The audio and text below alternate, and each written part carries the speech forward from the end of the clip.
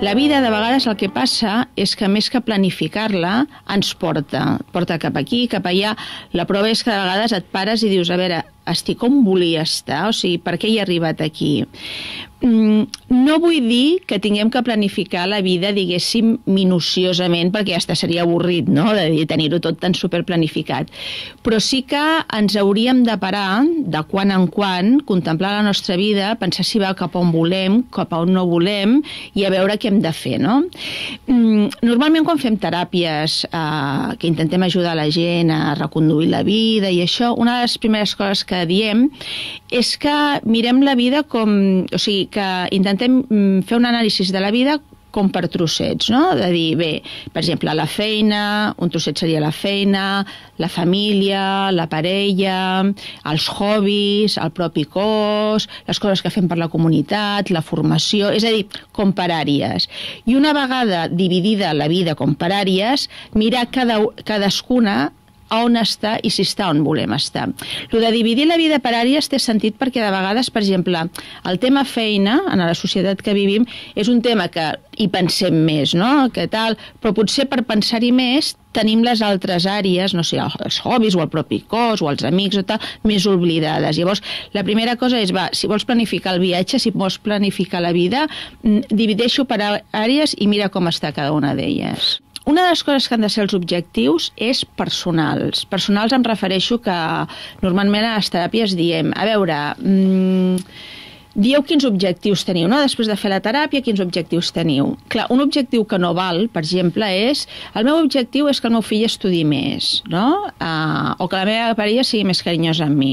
Això no és un objectiu. No és un objectiu perquè és objectiu d'un altre. Ha de ser un objectiu personal. Llavors, per exemple, l'objectiu vull que el meu fill estudi més s'ha de reconvertir en un objectiu personal. Per exemple, doncs cada dia ajudaré a estudiar el meu fill mitja hora, o cada dia li preguntaré la lliçó, o contractaré algú, o aniré a parlar més sovint amb els professors, però vull dir, ha de ser personal, no de l'altre. La segona cosa és concret. Concret vull dir medible. Medible. De vegades hi ha gent que diu, jo el que vull és millorar la relació amb la meva parella. Clar, no és medible, no és una cosa medible. Com saps si t'hi acostes o no t'acostes? L'altre és dir, bé, més concret seria, doncs vull parlar, cada setmana vull parlar una estona amb la meva parella, no?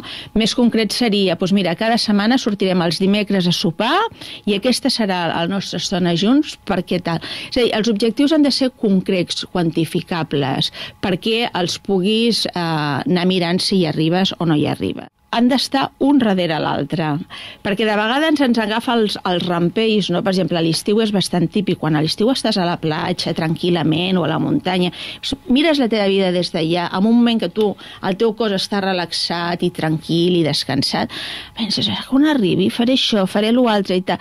Clar, en aquell moment penses això perquè el teu cos té energies com per assumir-ho, però després arribes aquí a la realitat i no pots amb tot. I com no pots amb tot, al final no pots amb res. Era allò del blanc i negre que comentàvem un altre dia aquí, no? Llavors és un objectiu darrere l'altre. Normalment, per exemple, la gent que té l'autoestima així és una miqueta baixeta i tal, sempre diem que comencis per l'objectiu més fàcil. No comencis per l'objectiu més difícil, comença pel més fàcil, perquè així, si el més fàcil l'aconsegueixes, doncs et dona empenta per tirar l'altre.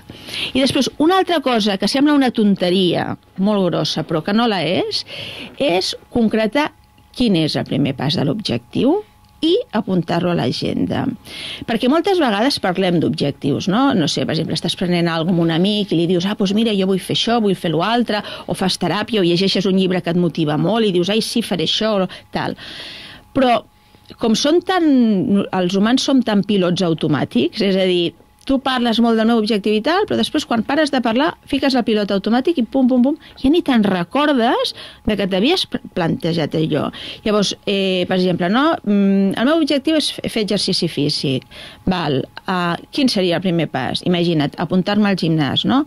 Doncs apunta't a l'agenda quin dia t'aniràs apuntant al gimnàs. Normalment, jo quan faig teràpia de grup, el que faig és els poso en parelles i els hi faig que s'intercanvien canviïn el número de telèfon. I llavors li dic, el dijous truquen a l'altre per veure si ha anat a apuntar-se al gimnàs o no. És a dir, ha de ser una cosa que el primer pas, que sigui alguna concret i s'apunti, perquè el primer pas de vegades és el que ens costa més. No perdem de vista que els objectius ens els marquem per anar tirant cap endavant, o sigui, per anar cap allà, però ens marquem un com ens podríem marcar un altre, però els hi donem una importància absoluta. Llavors, aquesta importància absoluta que els hi donem als objectius ens fa caure en moltes trampes. Una d'elles és la que tu comentes, no? Que ens podem ofuscar, és a dir, tu només mires aquell objectiu i coses que potser et passen a la vida que no tenen relació amb aquell objectiu però que són molt maques, ni les veus. De fet, hi ha molts científics que, gràcies a que tenen aquesta mirada més oberta i no estan tan ofuscats en l'objectiu, de vegades han trobat coses que no anaven a buscar, no? Hi ha la penicil·lina del Fleming, que és el típic exemple que es posa, que no l'anava a buscar i se va trobar per casualitat, o els pòstits, que era un pegamento d'enganxar però el van fer malament i va enganxar i desenganxar. És a dir, que hem de mirar els objectius per tirar endavant, però alhora hem de tenir la mirada oberta per no perdre altres coses, no?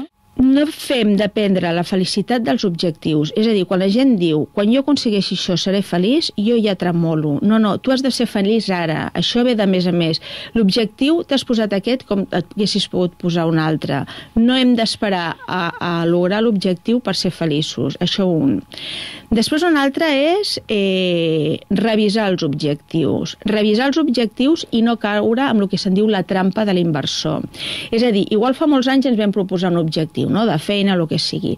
I ara, quan ja ens acostem a l'objectiu i tal, veiem que aquell objectiu que ens vam proposar doncs potser no ens agrada tant o no ens motiva tant i tal. Doncs canvia'l. Clar, molta gent que passa, que cau amb el que es diu la trampa de l'inversor. És que, clar, ja porto tantes hores invertides en això. És igual, canvia'l. El que passa que veiem la vida com una inversió. O sigui, la metàfora de la vida de vegades és que estic invertint per aquest objectiu. No, tu el que has de fer és, en lloc de pensar tant en el futur, en l'objectiu, anar vivint més al present, llavors ja no ho vius tant com una inversió i no t'importa tant canviar l'objectiu.